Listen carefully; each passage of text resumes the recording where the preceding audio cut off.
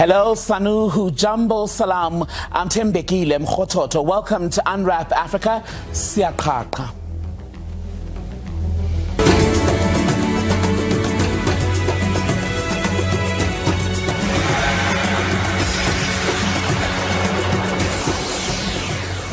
By the way, if you've missed it, this is a brand new program here on the SABC News channel focusing on all things Africa. We're telling the story of the continent through the lens of architecture, business, we're looking at the arts as well, and entertainment throughout the various parts of the African continent. And tonight, as we mark Africa Month, we want to know some of the significant achievements that your country has attained in recent years. Let us know by sending a 30-second voice note or a video via WhatsApp. The number is 078-459-1897. So what has your country achieved that you think should be shared, celebrated even, this Africa Month?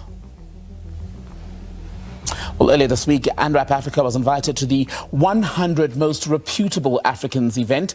It honored excellence, integrity, and influence on the continent. SABC News international editor Sophie Mukwena then had an exclusive interview with the king of the Wari kingdom in Nigeria. I am the 21st Olu of Warri, His Majesty Ogiame Atuashi III. I rule, superintend over a kingdom that is almost 600 years old. The kingdom was founded in 1480 AD.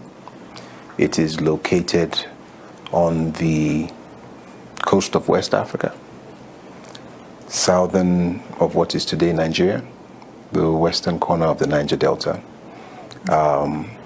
We are a very proud pioneering people, the first to come in contact with the Europeans when they came to what is Nigeria. The Portuguese came, they met us by the coast. We were integral to modern trade in Nigeria. We were the first to accept Christianity in Nigeria, because obviously meeting the traders and the missionaries. And we have been very much part of Nigeria's growth and development since we were founded. How do we ensure that this kind of information, we are able to disseminate this information to Africans on the continent? Because sometimes there's a view that Africans, were backward. They got civilization because of the colonizers when they arrive on the continent. But when you relate the kingdom, it's clear that the kingdom was such a formidable source of life for Africans. Something Africa generally hasn't done too well is documentation. And because there's been a lack or a deficit of documentation, or maybe for whatever reason, those documented records were disappeared, it gives room for people to come in and fill in their own narratives, to give this impression that if not for the coming of the Europeans or the colonizers, as you say, there was nothing to write home about here in Africa. And of course, that's not true.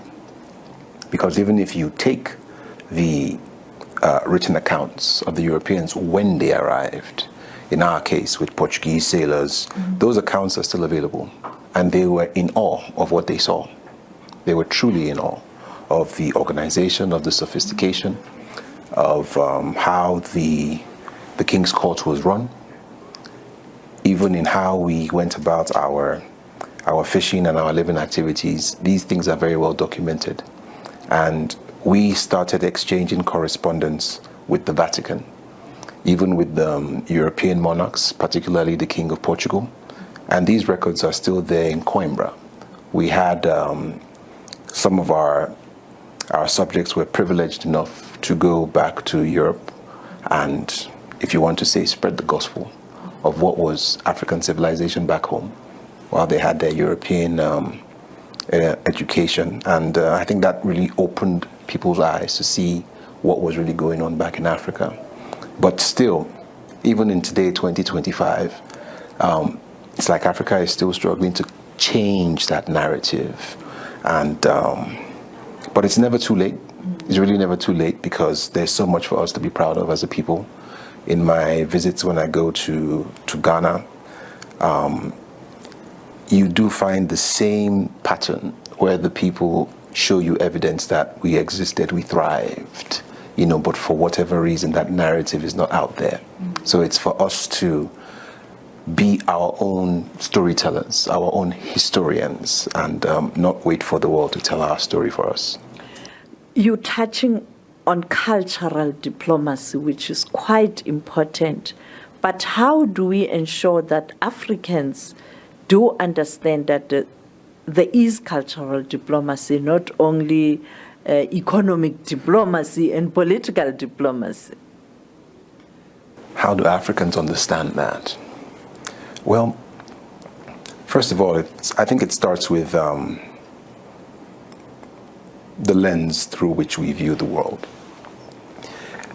I don't like giving too much credit to the colonizers, as you call them, but they laid a foundation that has somehow trapped us where we are. Lines were drawn on this continent, and for whatever reason, we still see ourselves based on those lines.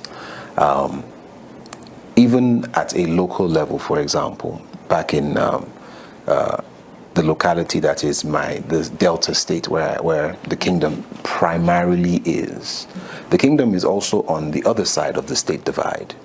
But because politicians dominate the narrative, our people flow with the narrative and say we are in one state, when actually we are in two states.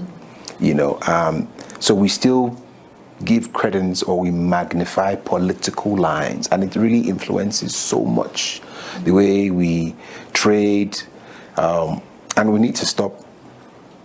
We need to erase these lines in our minds first, so that in our approach we're able to see ourselves first as Africans who have so much similarity even across borders. And I think just by celebrating that first we are Africans before we are Nigerian, before we are whatever tribe we are from, I think that is some way that could help us come together better.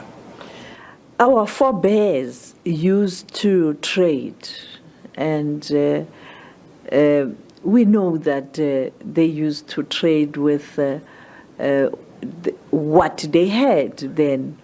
How do we ensure that as Africans we go back to that, where Africans on the continent, we help each other so that the continent can develop? Well, it's similar to my previous response of how we primarily see ourselves, which is through political lines. But away from that, Africa was, and to an extent still is, a land of kings. And I think kings, monarchs, traditional rulers will play a huge role in leading that charge to say, look at us as individual kingdoms, communities, societies. And so let us talk to one another, interact with one another, trade with one another. Obviously, it's not that straightforward, because obviously the politicians and the governments will say this is now the political entity, but at least those conversations and interactions can be had. And I think with that being the building block, even the existing political establishments will see that there is truly an advantage to be had in these conversations that begin at the traditional grassroots level. Well, that is one of the conversations we're bringing you tonight, and we'll have much more for you later tonight, including a musical performance by Ayanda Jiya. Let's have a look now at a wrap of the news that made headlines on the continent this week. Mauritania's former president Mohamed Ould Abdel Aziz has been sentenced to 15 years in prison on corruption charges. He led the West African country for a decade after coming into power through a coup back in 2008. It was followed by an election a year later. Officials in Sudan have been trying to restore power in the capital Khartoum and surrounding states after they were hit by a barrage of drone strikes earlier this week.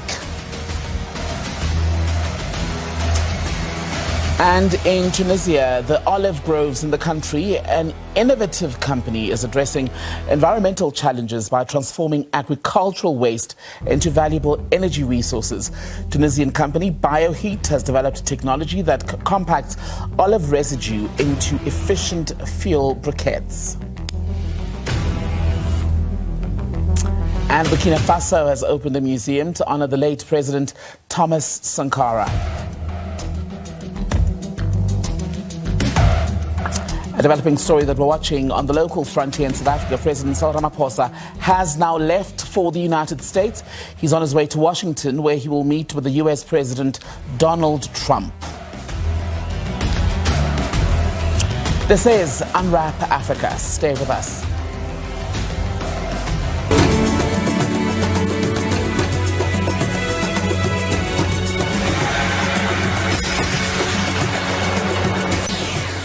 Hello again. In the heart of Uganda's coffee-growing region, a transformative movement is underway. It's led by women and fueled by their communities.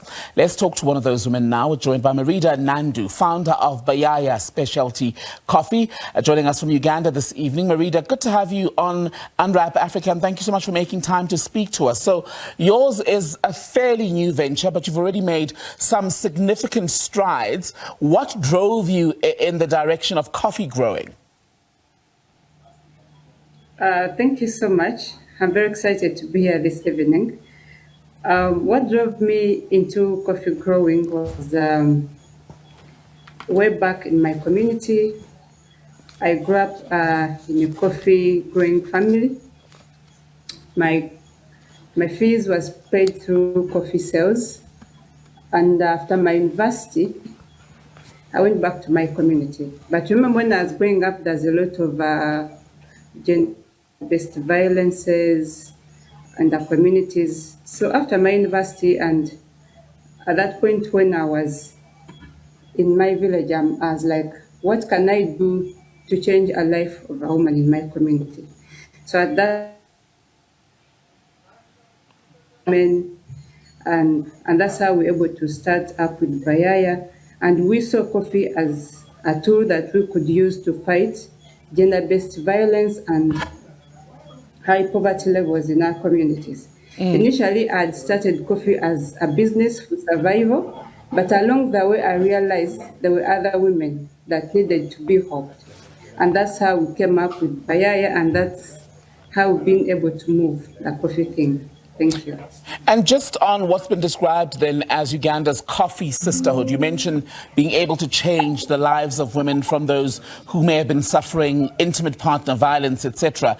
Are you able to give us some examples of the lives changed thus far?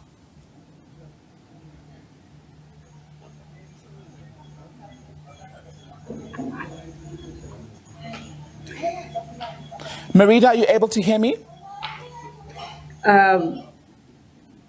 I can't get you so well. Oh, not a problem. I'm hoping you'll be able to hear me now. I was just asking about what's been dubbed Uganda's coffee sisterhood, and perhaps you could speak to us about the ways in which the women have now become involved at all levels of the coffee growing business.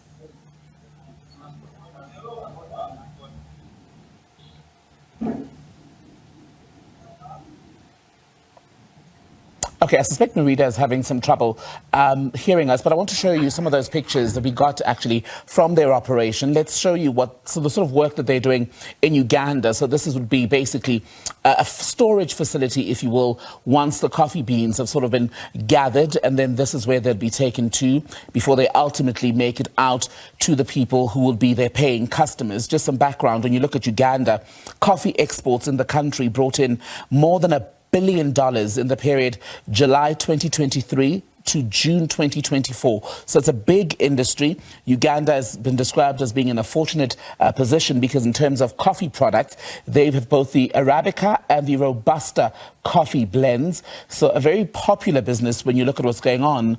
And these are some of the women who are in the markets of Uganda, as Meridah was trying to tell us, who ultimately have been able to pull themselves out of very difficult circumstances as a result of being involved in the coffee growing business in the country. Meridah Nandudu, founder of Bayaaya Speciality Coffee. Let's look at our question of the day for you here on Unwrap Africa. It is Africa Month still, and we've been asking you about some of the significant achievements that your country has been able to attain in recent years. Let us know what you think by sending a WhatsApp. The number is 078-459-1897, or also on X, SABC News_TV. Let's look at some responses. Inquiry says that Africa is free, but the sad thing is hunger and joblessness.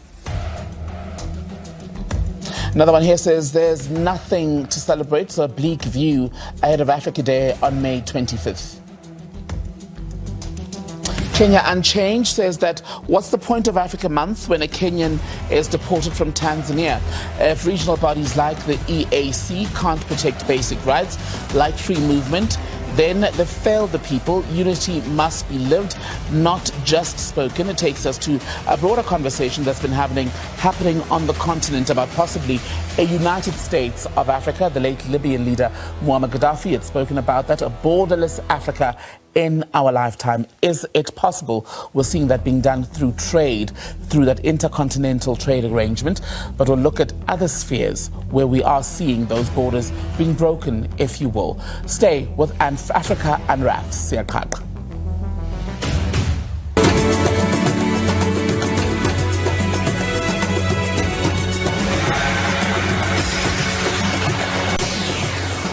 Thanks for staying with, almost dropped my iPad. Hi, thanks for staying with Unwrap Africa. One of the things we're doing this month is shining the spotlight on vibrant cultures that are making our continent thrive. And today we're unwrapping the rich heritage of Nigeria as seen through the eyes of a restaurateur.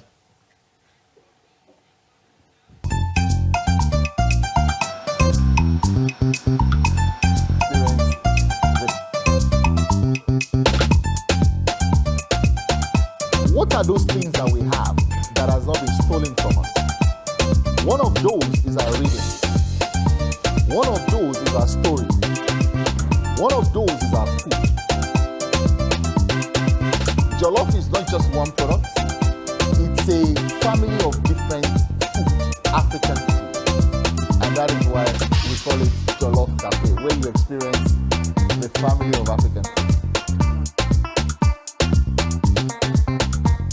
What Africa needs to do is for Africa to know that itself, to know that I have what it takes. He who holds the trumpet should dictate the tune, not any other person dictating to the owner of the trumpet.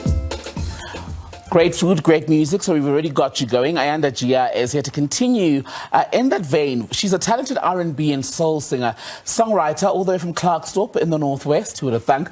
Ayanda says that her influences include gospel music, jazz, as well as neo-soul. She's won, by the way, or highlights from her career include winning a Metro FM Music Award for her breakthrough single, Go Girl, her EP, To Whom It May Concern, as well as her debut album, Ayanda Stand, hit #1 on iTunes. And Ayanda is with us here on Unwrap Africa tonight. Ayanda, welcome to the program. Thank you. So you've packed a lot into the space of a decade. Yeah. Take us through where you started and where you are now as an artist. Well, I've been an independent artist since I started. So I'm doing 15 years now. This year was actually my 15th year doing this. And it's been very amazing, you know, ups and downs, especially because, you know, as an independent artist, I am trained to learn everything about the industry. I've learned to be my own boss now, learning how everything works behind the scenes. So, yeah, so far everything has been amazing. I mean, now I get to travel. I'm a global artist at this point, you know, so I'm really grateful. And let's talk about you being a global artist, because you've been places, ma'am. Yeah. Best favorite performance or favorite venue to perform outside of South Africa? Atlanta. Atlanta, definitely. What was it about Atlanta? I think it was also because of the people. It was my first time ever being there, and just the response and, you know, the way they actually just, you know, accepted me and just accommodated me. They were just great, and I really appreciated that, especially because I am an independent artist, an artist that they've never met before. So just getting into that country and then just doing R&B, and they're like, where's a South African girl? What does she know about R&B? And as soon as they heard me, they were like, oh, we love her already. So that was an experience that I'll never forget. And why R&B, right, in a world where there are other genres that have essentially taken over both at home and globally? I think it's because I grew up on it. My mother's a very she's very deep-rooted in soulful music, so I grew up on Peabo Bryson and Luther Vandross and the likes, you know, so I think that's where the influence comes from. But also because I am South African, I always try to, like, you know, kind of put my own South African flavor within it. But yeah. Were you the one with the deodorant bottle canister singing Tonight Yes, I Celebrate My Love? Yes, yes, absolutely. But how do you infuse that sound, right? Yeah. Sounds from the 50s, 60s, 70s into your current music? Because I was listening to one of your songs on the way in, and you do have a very global sound. Right. Like I said, it's the influence, and also because, I mean, I was trained to hearing a lot of that, even in the kind of environment I grew up in, the church I grew up in. We were always taught that our vocal cords were our instruments. So it's like you always want to implement what you learn from what you hear, and then you also want to just train it and just find your own, you know, your own standing ground. So I think that's basically how I got to that point where I'm just like, let me just put what I know all together and just find Ayanda in all of it. And on the continent, where do you want to see yourself? Which stages do you want to see yourself on in Africa? Yeah, well, I've already gone to Kenya so far. How was Kenya? It's so beautiful. I'd love to go there again, you know, but what I want to go, the other country that I'd like to go to now is Nigeria. Would love to go and just experience it, especially because they're very broad when it comes to their music, especially big market. They're very huge, so I really would like to have an experience of that. What about Ghana? I mean, they're doing a lot of great things as well in terms of music festivals. Absolutely. I mean, Africa is like it's our continent, you know. I'm an African woman, so I would love to go all these places. But I really want to start in Nigeria. And collaborations? I mean, the Nigerian artists we know are big. They've made it to the BETs, the Grammys. Right. Are there any names there that you're thinking, when I land in Lagos, let's lay down a beat? We'll see. There's a couple of people that I would like to, but we'll see how that goes. I mean, they're very big at this point, so it's a matter of how we're going to get into contact with them. But yeah, definitely. And what's happening with you now in terms of music? Well, currently I will be going to Atlanta once again. I was invited to go and perform at the Juneteenth festival, so I'm looking forward to that. Other than that, I've been in studio working on my new album, and I've been dropping new singles as well, so one of them I'll be performing today. And you're going to play us out. I'm not going to waste any more of your time. We'll leave you with Ayanda. But don't forget to join us next week as we come out live from Tanzania here on Unwrap Africa. From me, Tim Bekile Mkhototo. See you next time.